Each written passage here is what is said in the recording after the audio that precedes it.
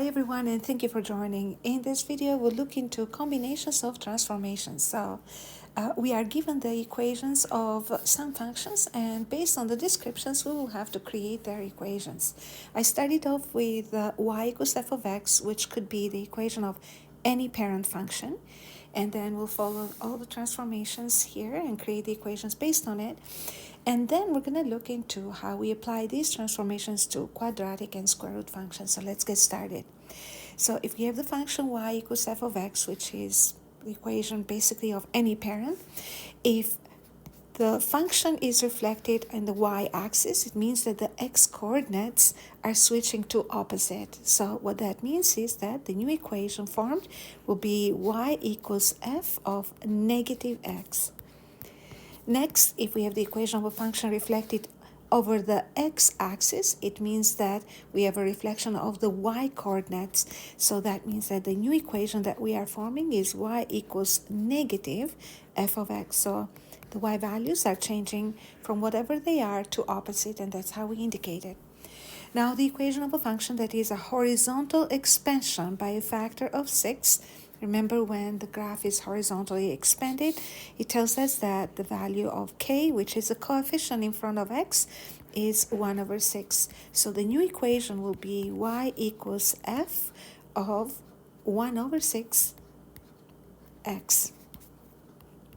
Next, we have the equation of a function that is a horizontal expansion by a factor 1/3.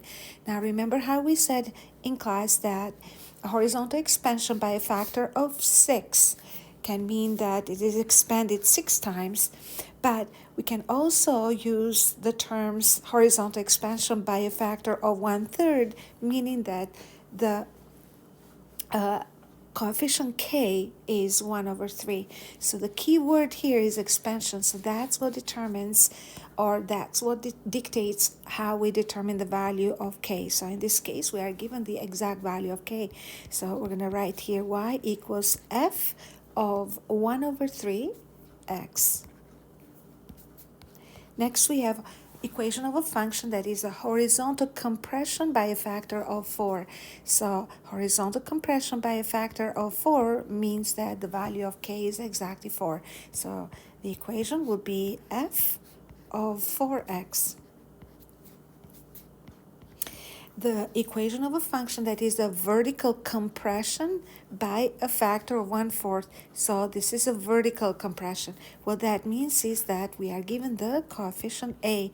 So in this case, the coefficient a is 1 over 4. So we'll write y equals 1 over 4 f of x. The equation of the inverse of f of x will simply be f negative 1x. Equation of the function that is vertically stretched by a factor of 3 means that we are given here the value of a equals 3. So this would be y equals 3 f of x. So next, we are going to apply all these transformations to the indicated functions. We'll start with the quadratic function. So it is easiest that we follow these transformations as indicated by these equations. It makes creating the equation in this specific function easier. So the way it's going to work is, now that we have to find f of negative x, notice that these are the same transformations. It just applied to different functions. So any parent, quadratic, and square root. Okay? And we have f of negative x equals, so now instead of x, we have negative x. So negative x will take the spot of x. So we'll have negative x squared minus 3 times negative x plus 2. Okay? So one more time. Instead of x, now we have negative x. Now we have to simplify. So this will be x squared. This is positive 3x, and this is plus 2. That's the equation. Now, if we have to find negative f of x, it means that negative f of x suggests that we are going to multiply by negative the entire f of x, which is x squared minus 3x plus 2. So that's negative x squared plus 3x minus 2. Next, we have to find f of 1 over 6x. So wherever we see x, now we're going to write 1 over 6x. So instead of x, we'll write 1 over 6x to the power of 2 minus 3, 1 over 6x, and then plus 2. We'll simplify a bit. Let's create ourselves a little bit of room.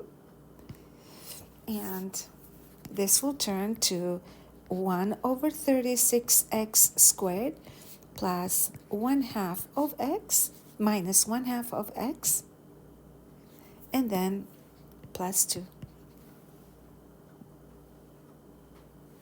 Next, equation of a function that is a horizontal expansion by a factor of 1 over 3. So f of 1 over 3x.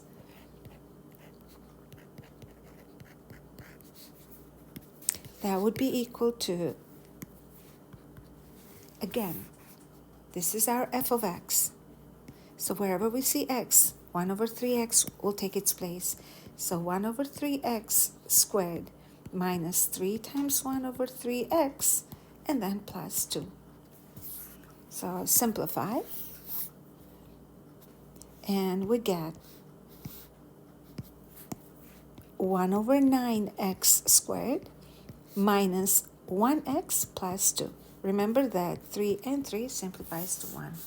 Now the equation of a function that is a horizontal compression by a factor of 4.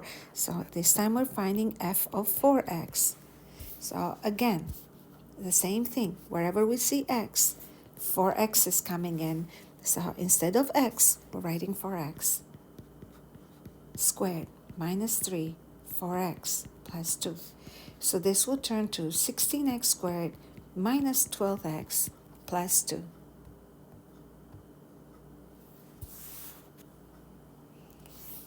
Function that is vertical compression by a factor of 1/4. So that means that we are finding 1 over 4 f of x. So 1 over 4 will multiply the entire f of x. This is f of x squared minus 3x plus 2. So x squared minus 3x plus 2.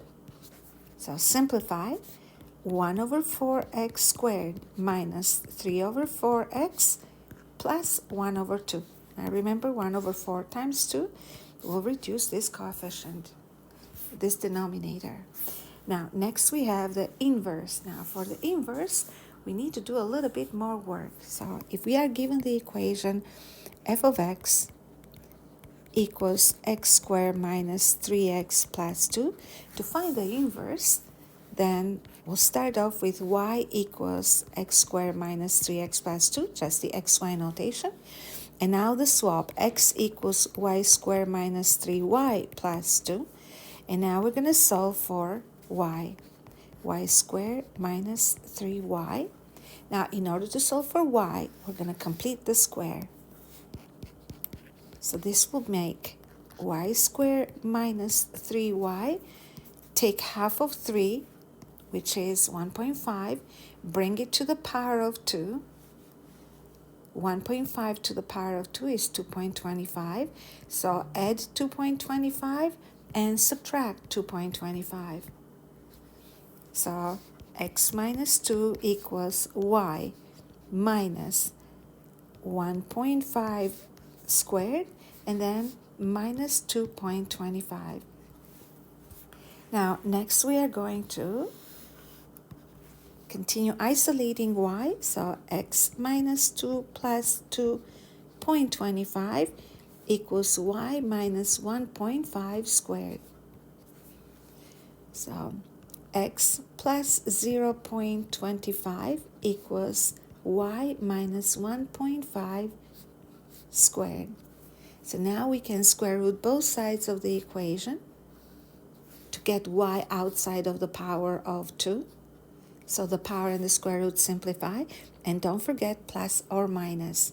So this will give us y minus 1.5 equals plus or minus square root of x plus 0.25.